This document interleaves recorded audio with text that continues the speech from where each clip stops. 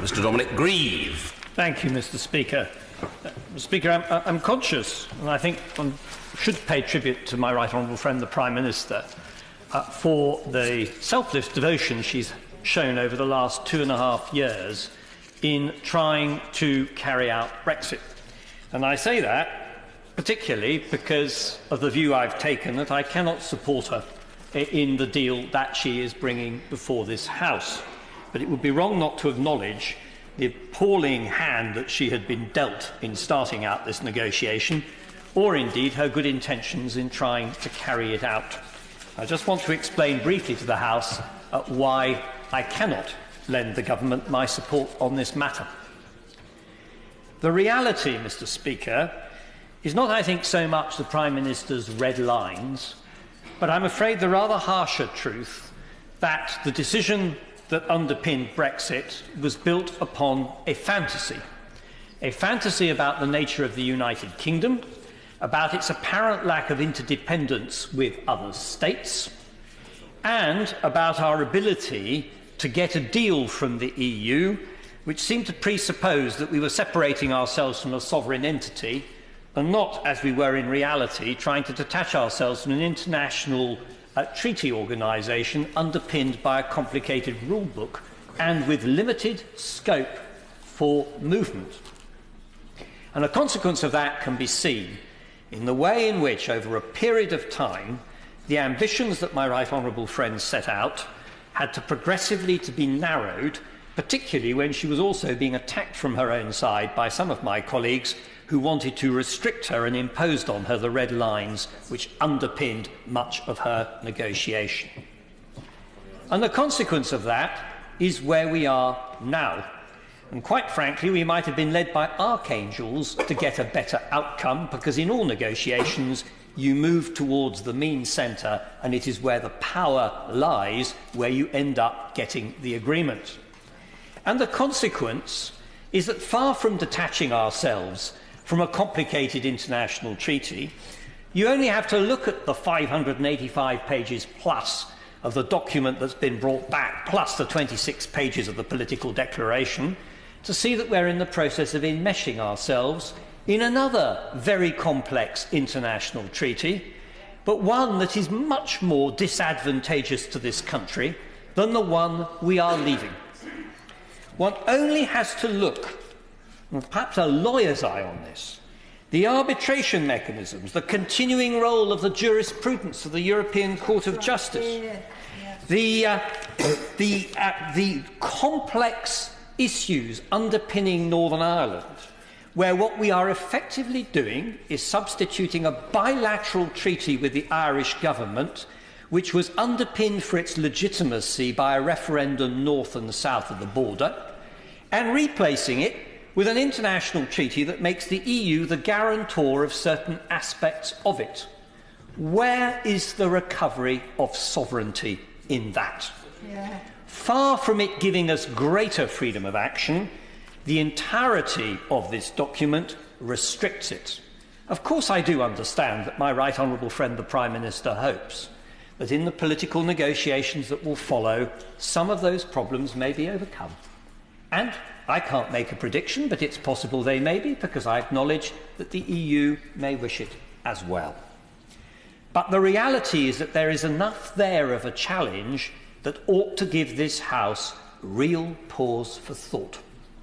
And of course, if there was total consensus, Mr. Speaker, I might be reassured that despite the fact I see this as a second-rate outcome, it might be worthy of support.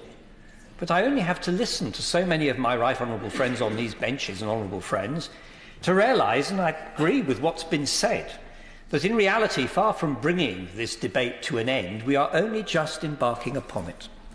And it will destroy this country over years of sterile debate about a future relationship, with the very real possibility that at the end of it, we are in fact still left in a relationship of dependency, because that comes from our geography, without any of the advantages of full participation.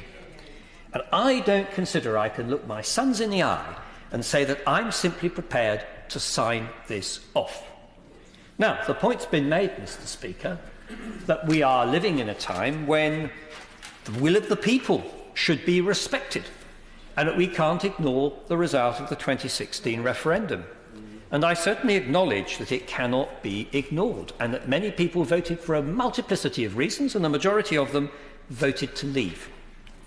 But I have to say that when one ends up with a deal which is so markedly different from the things that were being discussed in the referendum, it does not seem to me to be undemocratic to say that if the Prime Minister wishes to have this deal, the proper course of action is to go back to the people of this country and ask them whether that is what they really want, and that there is an alternative which is remaining in the EU, and I acknowledge there might even be one or two other alternatives beyond that, although I have to say that renegotiating this package looks to me to be a pretty fantastic idea. As for no deal, a moment's look at the economic projections show that it would be plunging this country into chaos for the sake of satisfying the ideological fixations of a tiny minority of this House. And that I will not let happen. Now, Mr. Speaker, I don't know what will happen if the government loses this motion. I have no desire to hurt the government. I want my right honourable friend, the Prime Minister, to continue leading this country. But what I will say is it at least provides an opportunity for this House to perhaps rise to the occasion, to put some party political considerations to one side, and to start to work together to see if we can achieve a better outcome. The opportunity is there. I'm pleased and grateful to those honourable members who supported my amendment this afternoon, as it provides a foundation, at least by means of process, for taking that forward. I will vote for the amendment of the right honourable gentleman, the member for Leeds Central, in due course, because his amendment also takes the matters a further step forward. And I'm certainly prepared to engage with any honourable and right honourable member in this House as to what other options than my own ideas might be available. Although I come back to a basic point that we cannot be seen to be cheating the electorate of the 2016 outcome, and we have to recognise and acknowledge the consequences of that in the way in which we consult with them. But subject to that, Mr. Speaker, with reluctance, because it's certainly not an easy matter for me to find myself diverging from my own party, I have to say this is a matter on which the national interest must come first.